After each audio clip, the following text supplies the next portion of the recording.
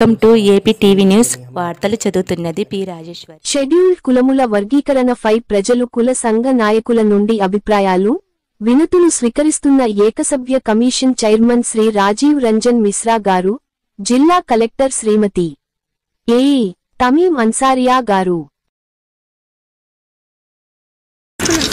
అవును వద్దంట మేడం, ఇక్కడే నేను రాయించేసాను. అంటే ఇది డిలే అవుతుందేమో, మనమే రాయించేసి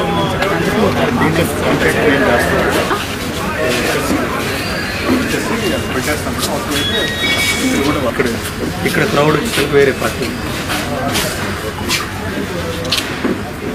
ఇక్కడ ఉంటారు ఇద్దరు.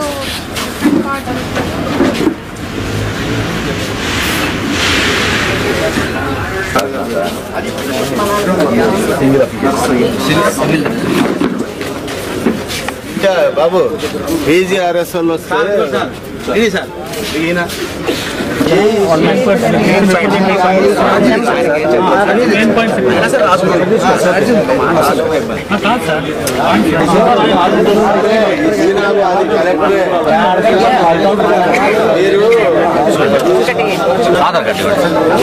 ఆధార్ కాలేదు సార్, నెంబర్ తెలుసా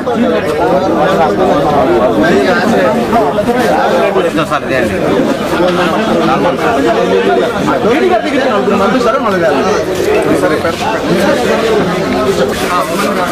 ఎవరు బాబు అందరూ వచ్చారా?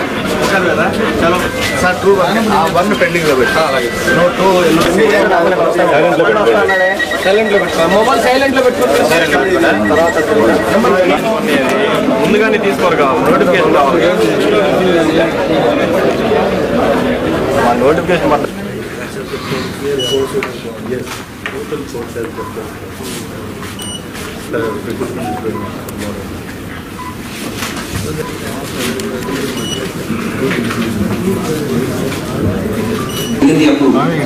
దానివల్ల ఇది ఇబ్బందులు మొదలైంది కదా. ఇప్పుడు మీరు వచ్చి అందరూ అన్ని చోట నాకు చెప్తున్నారు, అది రికార్డులో వస్తుంది, మీకు రికార్డులో వస్తుంది.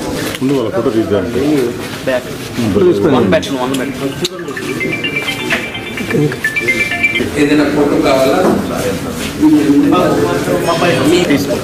These people are all committed cameramen from agency.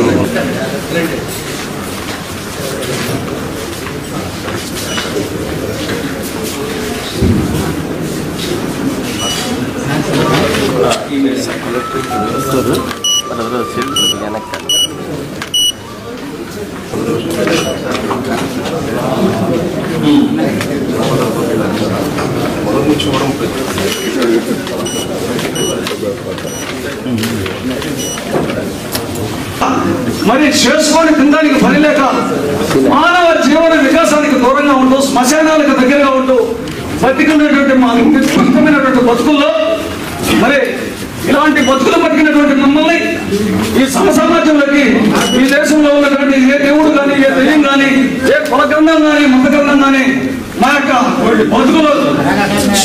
బతుకుల్లో ఈ సమసమాజంలోకి తీసుకురాలేదు.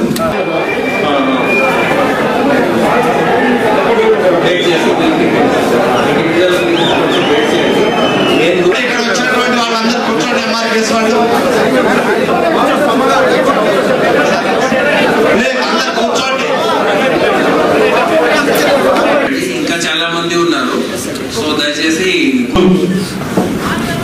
మాకు ఆనందదాయకమైన రోజు. ఒకప్పుడు కులం పేరు చెప్పుకోవడానికి సిగ్గుపడిన జాతి ఈరోజు మేము ఆత్మగౌరవంతో పాటు హక్కులు సాధించుకున్న రోజు ఈరోజు.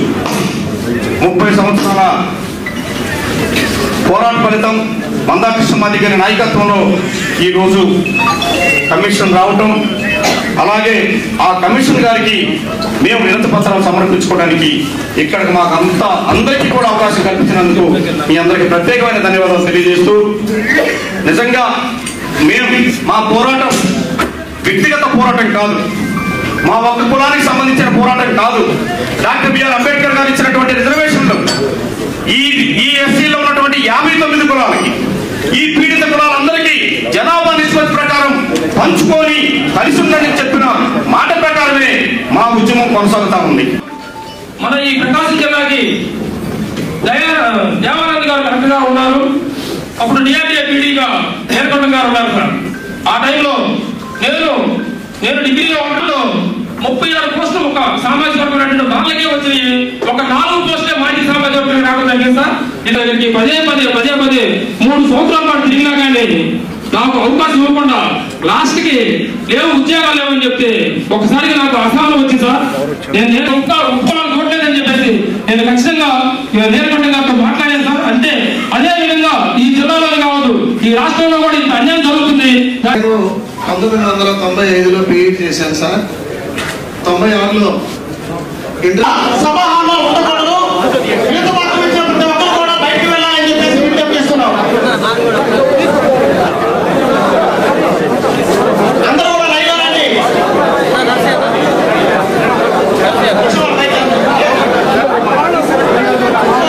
దయచేసి ఇచ్చిన వాళ్ళంతా బయటకు వెళ్ళిపోవాలి. నూతలపాడు నియోజకవర్గం ఉంటే ఎమ్మెల్యేగా ఒక్క మాదిగా రాని లేదు. నూతలపాడు నియోజకవర్గం ఒకటే ప్రకాశం జిల్లాలో అప్పుడు But since till today, no development has been made. 40% of the downtrodden under power today. What is the government is doing instead of developing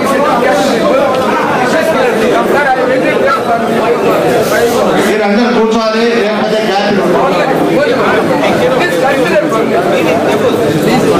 verdict given by the Supreme Court on 1st August 2024 is quite unconstitutional and it cannot be accepted. And we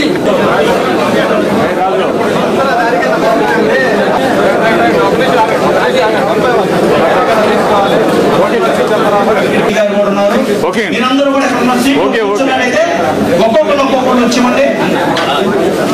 వెనకాల కూర్చున్నాం అందరూ అవకాశం అందరూ కూర్చోవాలి please. సీట్లు ఉన్నాయి. Okay okay sir.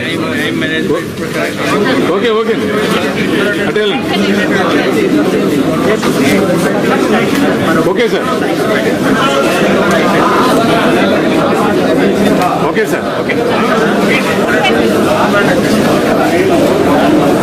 Okay, sir. In the scheduled caste subclassification, why we are opposing, sir?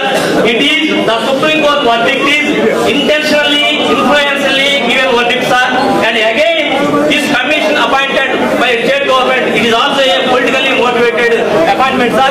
We strongly opposing, sir. Next, on August 24, Supreme Court verdict, they says that SC/ST subclassification should be done based on the empirical data. What is empirical data? That is caste census and socio-economic status. That is the SCCC. Now, recently, caste census. So, earlier government, YCP government, 9/1/2024, they conducted caste census.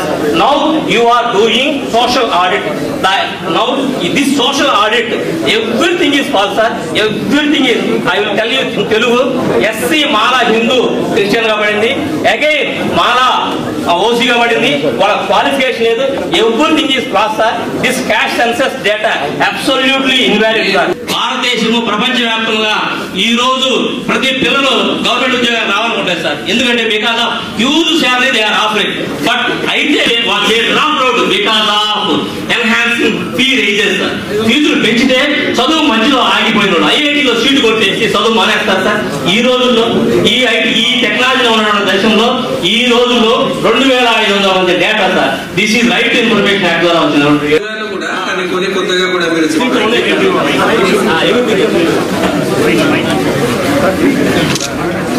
ప్రాధాన్యత ఇచ్చినప్పుడు మాత్రమే ఈ యొక్క దేశం అభివృద్ధి చెందిందన్నారు.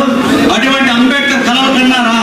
కలల్ని ఈ రాజ్యాంగం ద్వారా సాకారం చేసుకుని మా జిల్లాకి ఒక మహిళా కలెక్టర్ గారు కూడా తమీమాన్సీ గారు ఉండటం కూడా చాలా సంతోషం సార్. మేమందరం కూడా స్వాగతిస్తున్నాం. చాలా గ్రేట్ఫుల్ గా ఫీల్ అవుతున్నాం. ముఖ్యంగా నేను చెప్పేవన్నీ కూడా స్ట్రైట్ గానే మాట్లాడతాను సార్.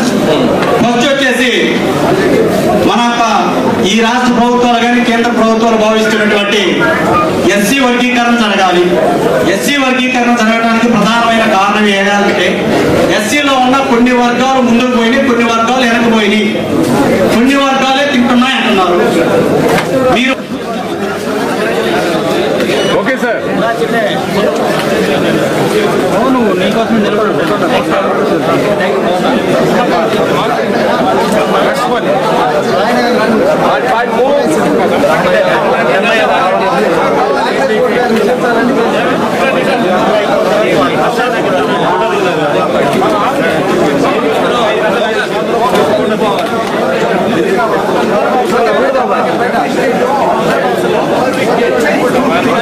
అయిపోయింది అయిపోయింది.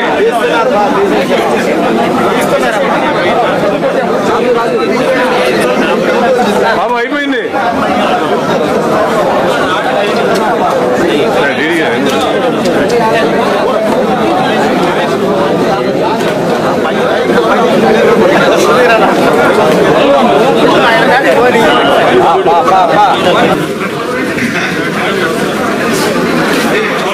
సౌండ్ వస్తున్నాయి.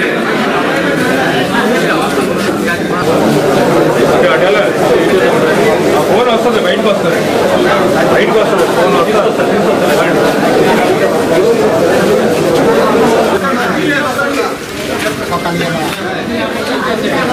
Okay okay. అక్కడ అదే ఆయన మీరు రండి రండి. ఆయన ఒక 5 నిమిషాలు మాట్లాడితే సమయం ఎక్కువ అవుతుంది. మీకు మీ వాల్యుబుల్ టైంని మేము చేస్తున్నాం అవుతాం కాబట్టి మా అందరూ 1994 జూలై 7న మా గ్రామంలో ఎంఆర్టీసీ ఏర్పడడానికి గల కారణం 1965 సంవత్సరంలో లోకూర్ కమిషన్ ఏర్పాటు చేస్తారు సార్ గవర్నమెంట్. ఆ లోకూర్ కమిషన్ రాష్ట్ర వ్యాప్త పర్యటన జరిగిన తర్వాత 59 కులాల్లో ఏ కులాలు రిజర్వేషన్ ఫలాలు అనుభవించింది, ఏ కులాలు అనుభవించలేదని చెప్పి సర్వే చేసి దానిలో జనాభా దామాష ప్రకారం ఉమ్మడి ఆంధ్రప్రదేశ్లో మాదిగలు అధికంగా ఉన్నారు. మాదిగలకు చెందాల్సినటువంటి రవాటా రాలేదు. కేవలం 1-2 కులాలు మాత్రం అనుభవించింది. అందులో ప్రధానంగా మాలలు అనుభవించారని చెప్పని లోకూర్ కమిషన్ ఆనాడు చెప్పి ఆ కులాల నుంచి ఎస్సీ జాబితా నుంచి ఆ ఎస్సీలలో ఎక్కువ రిజర్వేషన్ ఫలాలు అనుభవించినటువంటి కులాలను తొలగించండి అని చెప్పి కూడా 1965లో కమిషన్ సిఫార్సు చేసింది. అది చేసిన తర్వాత అప్పుడు సదాలక్ష్మమ్మ గారు, గౌరవనీయులు సదాలక్ష్మమ్మ గారు, మాజీ మంత్రివర్యులు సదాలక్ష్మమ్మ గారు ఆదిజాంబూర్ రద్దు ఫెడరేషన్ పేరు మీద ఎస్సీల వర్గీకరణ జరగాలని చెప్పని ఆమె తన గొంతుని 1967 సంవత్సరం నుంచి వినిపిస్తా ఉంది సార్. ఆ క్రమంలోనే 1994 మార్చి 5వ తారీఖున హైదరాబాద్ నిజాం కాలేజ్ గ్రౌండ్ లో సదాలక్ష్మమ్మ గారు ఒక మీటింగ్ పెడతారు సార్. ఆ మీటింగ్ లో 1992 జనాభా లెక్కల ప్రకారం ఎస్సీల జనాభా ఎంతమంది ఉన్నారు, అందులో మాలలు ఎంత, మాదిగలు ఎంత, ఎస్సీల ఎమ్మెల్యేల సంఖ్య ఎంత ఉన్నారు, ఎంపీల సంఖ్య ఎంత ఉన్నారని చెప్పి లెక్కలు తీస్తారు సార్. ఆ లెక్కల్లో 6 ఉండబడింది 1,15 లక్షల మంది ఎస్సీలు ఉమ్మడి జనాభా ఉంటారు సార్. అందులో 70 లక్షల మంది మాదిగలు గాను, 40 లక్షల మంది మాలలు గాను, 5 లక్షల మంది ఉపకులాలు గాను కనబడుతుంది మాలలు ఉంటారు సార్. అంటే 70 లక్షల మంది ఉండబడిన మాదిగల ఎమ్మెల్యేలు 9 మంది, 40 లక్షల మంది ఉండబడిన ఎమ్మెల్యేల సంఖ్య 30 మంది. ఇట్లా అన్ని చూసుకున్నప్పటికీ కూడా విద్యా, ఉద్యోగ, రాజకీయ, సంక్షేమ రంగాల్లో అవకాశాలు మొత్తం ఎస్సీ ఉమ్మడి పేరు మీద ఉండడంతో ఒక సామాజిక వర్గమానికి పోతున్నాయి అని చెప్పని ఆమె ఒక కరపత్రంతో వస్తారు సార్. కానీ ఆ వేదిక తర్వాత రాజకీయ సభగా మారడం కొంత డిస్టర్బెన్స్ అయిన తర్వాత ఆమె ఇచ్చినటువంటి స్ఫూర్తితోటి 1994 జూలై 7న ఇదే జిల్లా సార్, ప్రకాశం జిల్లాలో నాగూర్పురపాడు మండలం ఉంటుంది సార్ పక్కనే. ఆ నాగూర్పురపాడు మండలంలో ఈదుమూడి గ్రామం అనే గ్రామంలో ఎంఆర్టీసీ ఉద్యమాన్ని